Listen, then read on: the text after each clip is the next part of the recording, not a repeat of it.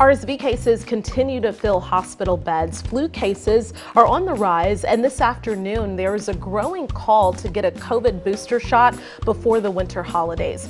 Doctors with the COVID-19 Vaccine Education and Equity Project say not enough people are getting a booster shot and warn what could be a triple threat of RSV, flu, and COVID cases hitting all at once. Our Sally Hernandez has this in-depth interview.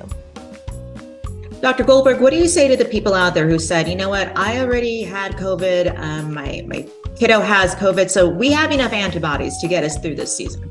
Well, we found out by studying the antibodies of people who have infections, they're not long lasting.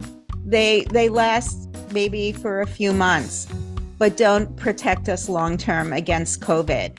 And I think people don't know that, and it's an important fact so that you can consider when you're deciding to get vaccinated. You know, another interesting thing that's happening here in Texas and certainly in Austin is we have not only RSV cases that are on the rise, but we have flu cases. Then you add on COVID to that.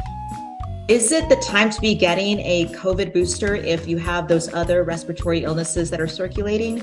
Well, if you're feeling well and don't have any of those respiratory symptoms, it's important to get your COVID booster and certainly your vaccination for influenza. Many people ask if you can get both vaccines on the same day, and yes, you can. Since we are seeing the rise in RSV and flu cases, do you think people are just putting COVID to the back of the mind? I think there are some people who are focused on the health information that they're hearing that's new, like, you know, RSV cases are rising and it's flu season. But we don't want people to forget that the pandemic is still here. It hasn't gone away yet. And if we want the pandemic to end, we should get vaccinated and boosted.